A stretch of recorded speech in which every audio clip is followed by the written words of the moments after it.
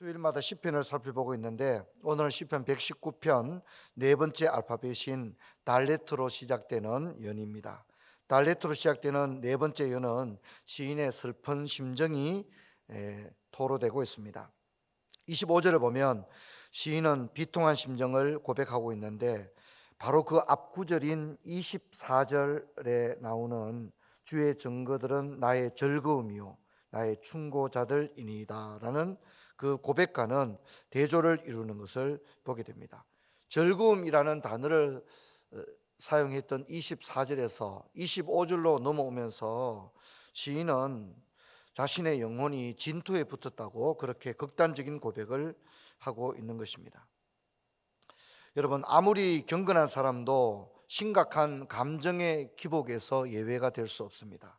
그런데 전도서 3장 4절을 보면 울 때가 있고 웃을 때가 있으며 슬퍼할 때가 있고 춤출 때가 있다 이렇게 말합니다. 항상 웃기만 하는 인생도 없고 또 항상 울기만 하는 인생도 없는 것입니다. 경건한 사람에게도 결코 이것은 예외가 될 수 없는 것입니다. 여러분, 우리가 시편 119편 25절을 우리 같이 한번 읽겠습니다. 내 영혼이 진토에 붙어 싸우니 주의 말씀대로 나를 살아나게 하소서. 지금 시인은 자신의 상태를 영혼이 진토에 붙었다 그렇게 고백합니다.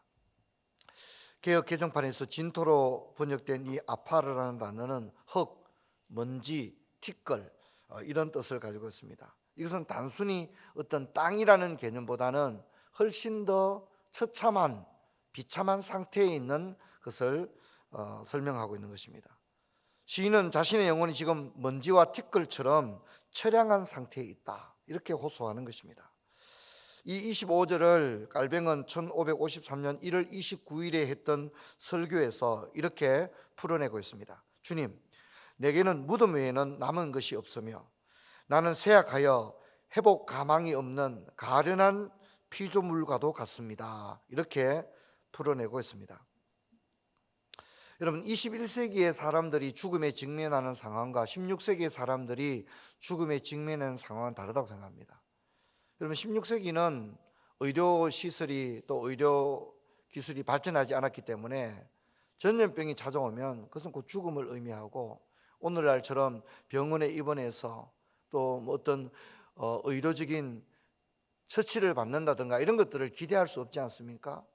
그래서 깔병의 이 고백은 전염병이 찾아오면 이제 자신이 무덤 앞에 서 있는 사람과 다를 바가 없다 그런 고백을 했던 것입니다. 그는 마치 시인은 죽은 자와 같으며 이미 무덤이 열려 있어서 들어가는 일밖에 남지 않은 그런 상태에 있다 이렇게 고백을 했습니다. 여러분, 이번에 코로나를 보게 되면 코로나 상태에서 정상적인 장례식이 진행이 되지 않습니다. 심지어 가족과의 임종도 허락되지 않고 있는 그런 가운데 있습니다. 정상적인 상황이 아닙니다. 또 시인은 28절에서 자신의 비통한 심정을 이렇게 고백하고 있습니다. 119편 28절 우리 같이 한번 읽어볼까요? 나의 영혼이 눌림으로 말미암아 녹사오니 주의 말씀대로 나를 채우소서 그랬습니다. 우리 번역은 영혼이 눌림으로 녹사오니라고 했는데 이 눌림으로 번역된 투가라는 단어는 슬픔, 비탄 이런 뜻을 가지고 있습니다. 그리고 여기 녹사오니라고 하는 번역도 직역을 하자면 떨어진다는 뜻이어서 마치 눈물이 떨어지는 그런 것을 연상을 하고 있습니다. 그래서 내 영혼이 눌림으로 녹사오니라고 하는 우리 번역은 다소 좀 의역이 많이 가미된 느낌을 받게 됩니다. 나의 영혼이 비탄으로 떨어지고 있습니다. 이렇게 읽을 수 있습니다.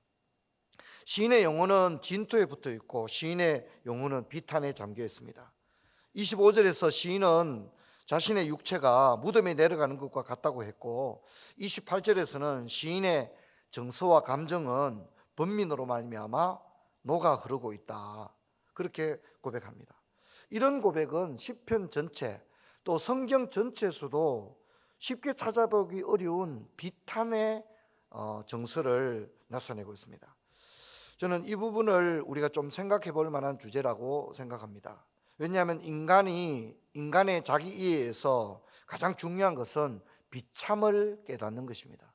비참을 깨달을 때 우리는 인간에 대한 자기이해, 인간론에 대한 자기이해에 가장 정확한 지점에 도달했다고 얘기할 수 있습니다. 여러분, 코로나 바이러스를 통해서 인간의 무지와 한계가 더욱 도드라졌습니다. 지금까지 인류는 엄청난 것을 이루었지만 전염병 상황에서는 너무나도 무기력하고 무능하기까지 합니다. 천재지변과 전쟁, 전염병은 인류 역사에서 늘 있어 왔습니다.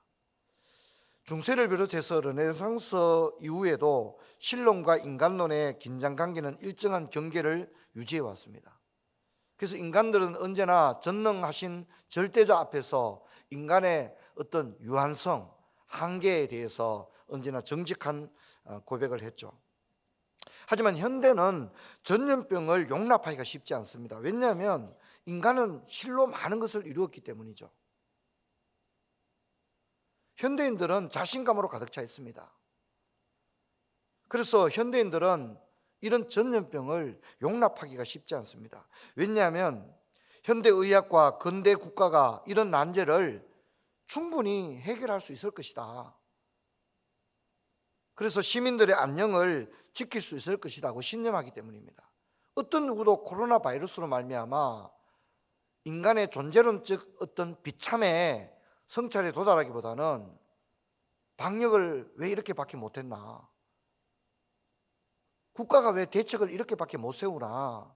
이런 데 오히려 초점을 두고 있지, 전염병 상황 하에서 인간의 존재론적인 실존적인 비참에 대한 성찰은 찾아보기 어렵다는 것입니다.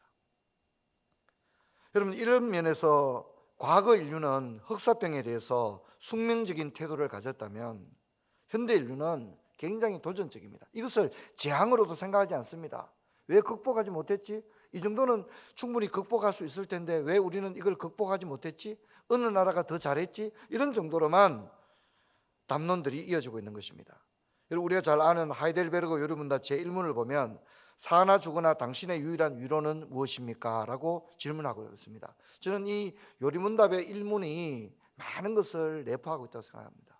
현대인들은 사나 죽으나 앞에서 의료 기술을 생각하지 위로가 무엇이냐 이런 걸 생각하지 않습니다. 위로라고, 사나 죽으나 당신의 유일한 위로가 무엇입니까? 라고 하는 고백은 인간은 유한한 존재고 죽음 앞에서 너무나도 연약하고 무기력한 존재라고 하는 그런 고백 가운데서 이런 질문이 주어지고 있는 것입니다. 이 아름다운 요리문답은 21세기의 계몽주의자들에게는 너무나도 그치는 돌과 같습니다. 21세기 인류는 싸우고 넘어서고 극복하는 인류이기 때문입니다. 하지만 16세기 사람들에게 전염병은 싸움과 퇴치와 극복의 대상이 아니라 진노하시는 하나님 앞에서 범죄한 자신, 또 형벌을 받아 마땅한 인생이라는 자기 이해로부터 비참이라는 성찰로서 전염병이 수용되어졌습니다. 불행하게도 코로나에 직면한 현대 인류는 16세기의 영적인 성찰을 어디에도 찾아보지 못합니다.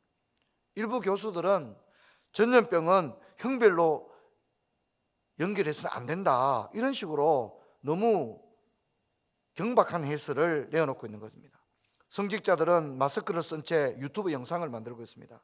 오히려 방역 전문가들이 시대의 선지자가 되고 사람들이 다 방역 전문가의 소리에 귀를 기울입니다. 지지체장이 왕이 되고 의료진들은 제사장이 되어 백성을 인도하고 있고 정작의 백성들을 인도해야 될 성직자들의 존재감은 어디에도 찾아볼 수 없습니다. 저는 이 지점에서 우리가 하이델베르그 요리문답을 생각할 수 있다고 생각합니다. 8체 교회법은 교역자는 병자의 요청이 있으면 병자를 자주 방문해야 되며 어떤 병자든지 3, 4일에 한 번은 반드시 목회적 돌봄을 제공받아야 한다고 말하고 있습니다. 이런 모범은 올리비아누스가 제네바를 방문해서 깔병에게 병자에 대한 신방에 대해서 배운 모범으로부터 출발되었습니다. 특별히 8체의 교회법은 병자가 병상에 누워 갑작스러운 죽음에 직면했을 때 하이델베르그 요리문답 제1문을 사용해서 위로할 것을 명시해 놓고 있습니다. 그러니까 하이델베르그 요리문답 제1문은 흑사병으로 죽어가는 병자를 위한 신방용 질문으로 만들어져 있다는 것을 우리가 알 수 있습니다. 여러분, 사나 죽으나 당신의 유일한 위로는 무엇입니까? 하이델베르그 요리문답은 그 답문을 이렇게 제시하고 있습니다. 사나 죽으나 나의 몸도 영혼도 나의 것이 아니요 나의 신실하신 구주 예수 그리스도의 것입니다. 그는 그의 보혈로 나의 모든 죄값을 다 치르셨고 나를 마귀의 모든 권세에서 구원해 내셨으며 하늘에 계신 나의 아버지의 뜻이 아니고서는 머리털 하나도 떨어질 수 없도록 과연 모든 것이 합력하여 나의 구원을 이루도록 그렇게 나를 보존시켜 주십니다. 그러므로 그는 그의 성령으로 말미암아 나로 하여금 영생을 확신하게 하시며 이제부터 그를 위하여 살기를 진정으로 바라시도록 만드시며 또한 그렇게 살 준비를 갖추도록 만드십니다. 그래서 하이델베르그 요리문답의 구조를 보면 비참, 구원, 감사라는 구조로 되어 있습니다. 비참에 대한 이해로부터 구원에 대한 은혜와 감사로 비로소 나갈 수 있다는 것입니다. 그래서 비참을 이해하지 못하고는 하나님의 구원과 감사에 나가지 못한다는 것입니다. 이 인간의 유한함과 한계에 대한 바른 통찰이 비참인데 깔뱅이의 기독교 강요 제2장을 보면 인간 지식 부분에서 가장 강조하는 것이 비참을 깨닫는 것이다 라고 얘기합니다. 그러므로 전염병과 같은 재난의 상황에서 우리는 비참에 대한 성찰에 도달해야 됩니다. 모든 설교자들은 재난 앞에 선 인간의 비참과 한계를 가르쳐야 되고 목회자는 성도들을 겸손과 겸비로 이끌어야만 합니다. 그런데 25절과 28절에 나오는 이 비탄의 고백이 아름다운 것은 그 고백 뒤에 이어지는 대목이 있기 때문입니다. 25절을 보면 내 영혼이 진토에 붙어 사오니라고 한 다음에 주의 말씀대로 나를 살아나게 하소서 이렇게 합니다. 28절도 보면 나의 영혼이 눌림으로 말미암아 녹사오니 한 다음에 주의 말씀대로 나를 세우소서 이렇게 고백합니다. 시인은 위기에 처한 자신의 인생을 정직하게 고백하고 난 이후에 이 비참의 상황에서부터 자신을 구원해 주실 것을 청원하고 있습니다. 그리고 시인은 그 자신이 인생에서 수없이 넘어지고 일어서는 반복적 학습을 통해서 자신을 위기에서 살리고 회복시키는 것은 다름 아닌 하나님의 말씀이라고 하는 사실을 분명히 알고 있다는 것입니다. 그래서 시편 119편의 다른 구절에서도 그는 이런 고백을 하고 있습니다. 우리 성경 한번 찾아보겠습니다. 119편 67절 같이 한번 읽어보겠습니다. 고난당하기 전에는 내가 그릇 행하였더니 이제는 주의 말씀을 지키나이다. 71절을 볼까요? 같이 읽습니다. 고난당한 것이 내게 유익이라 이로 말미암아 내가 주의 율례들을 배우게 되었나이다. 이렇게 고백합니다. 시인은 비록 자신이 인생에서 최악의 상태에 놓여 있지만 그는 자신의 구원의 길을 알고 있습니다. 그래서 그는 헛된 것에 소망을 두지 않고 오직 주님께서 자신에게 주님의 말씀을 통해 다시 살려주실 것을 청원하고 있습니다. 이 시인은 참 복된 사람입니다. 그는 비록 고난 가운데 있지만 절망의 상태에 놓여 있지만 시인은 우리 주님의 인자와 자비가 한이 없으신 긍휼로 말미암아 그는 분명히 일어나게 될 것입니다. 하나님은 자신을 만나기를 간절히 찾는 자를 결코 물리치지 않는 분이시고 자신에게 구원의 소망을 둔 사람에게 그분의 인자를 베푸는 분이기 때문입니다. 시인은 고난으로 말미암아 육체도 정신도 최악 상태에 있지만 오직 구원의 여망을 하나님에게로 향하고 있습니다. 절망 가운데 부르짖는 시인의 구원을 향한 몸부림은 굉장히 실천적입니다. 26절을 보면 시인은 내가 나의 행위를 아뢰매라고 말하고 있고 29절에도 보면 거짓 행위를 내게서 떠나게 하시고 이렇게 말합니다. 26절에서 시인은 자신의 행위를 하나님께 보고합니다. 29절은 거짓 행위를 내게서 떠나게 하시고 이렇게 고백합니다. 이런 걸로 봐서 시인은 최악의 상태에 노출된 자신의 부끄러운 행동이나 인생의 한계 앞에서 자신의 부족한 모습을 전능하신 하나님 앞에 솔직하게 고백하고 있다는 것입니다. 그러면서 시인은 단호한 결단을 말하고 있는데 30절에 보면 내가 성실한 길을 택하고 라고 말합니다. 32절을 보면 주의 계명의 길들로 달려가리이다 그렇게 말합니다. 시인은 자신이 어떤 길을 갈 것인가를 분명히 합니다. 이제 32절을 우리 같이 한번 읽어보도록 하겠습니다. 주께서 내 주께서 마음을 내 마음을 넓히시면 넓히시며 내가 주의 계명들의 길로 달려가리이다. 시인은 주의 성실한 길, 주의 계명들의 길로 달려가겠다고 하나님 앞에 결단하고 난 이후에 주님께서 자신의 마음을 넓혀 주시도록 청원합니다. 지금 고난으로 말미암아 시인의 마음은 좁아져 있다는 것입니다. 여러분, 고난을 당하면 마음이 좁아지는 것입니다. 대범한 사람이 처음부터 있는 게 아닙니다. 누구라도 극심한 고난이 몰아치면 마음이 좁아지고 작은 일에도 섭섭해지고 연약해지게 되는 것입니다. 앞에서 살펴본 것처럼 시인의 영혼은 최악의 상태에 놓여 있고 위기에 직면해 있습니다. 감정의 기복을 경험하고 있습니다. 28절의 고백처럼 영혼이 눌림으로 말미암아 물처럼 녹아진 상태에 있습니다. 그래서 시인은 자신의 영적 형편을 고백한 다음에 마음을 넓혀달라고 그렇게 기도하고 있는 것입니다. 성도 여러분, 시인의 고백과도 같이 비참의 상태, 최악의 상태에서 우리를 구원하실 분은 오직 하나님이십니다. 그리고 하나님은 생명의 말씀으로 우리를 다시 소성케 하십니다.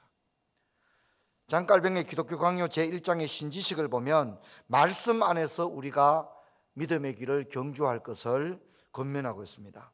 제가 읽어보도록 하겠습니다.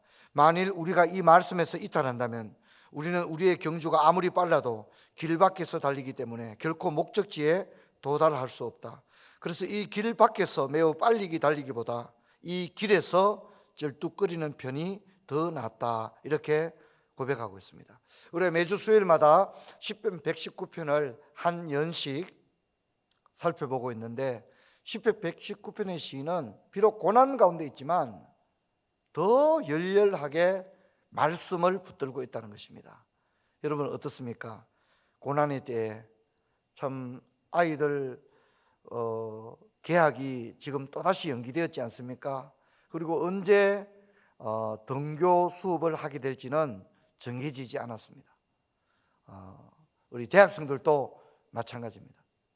여러분, 지금 코로나19 상태에서 우리는 한 번도 경험하지 못한 재난을 맞이하고 있습니다. 이런 상황 가운데 여러분은 무엇을 붙들고 계십니까? 여러분의 열망은 무엇으로 더 차오르고 있습니까? 여러분, 이 고난의 때에 저와 여러분의 비참을 깨닫고 우리의 소망은 하나님과 그분의 말씀에게 있는 줄로 믿습니다. 여러분, 그것으로 위로받으시고 그것으로 인해서 힘을 얻으시는 저와 여러분 되기를 주의 이름으로 축원합니다. 저도 매주 수요일에 시편 119편 말씀을 한 연씩 읽고 있는데 너무나도 위로가 됩니다. 이 말씀이 너무나도 힘이 되는 것을 느낍니다. 아무쪼록 이 말씀이 여러분에게 용기가 되고 힘이 되는 그런 은혜가 있기를 주의 이름으로 축원합니다.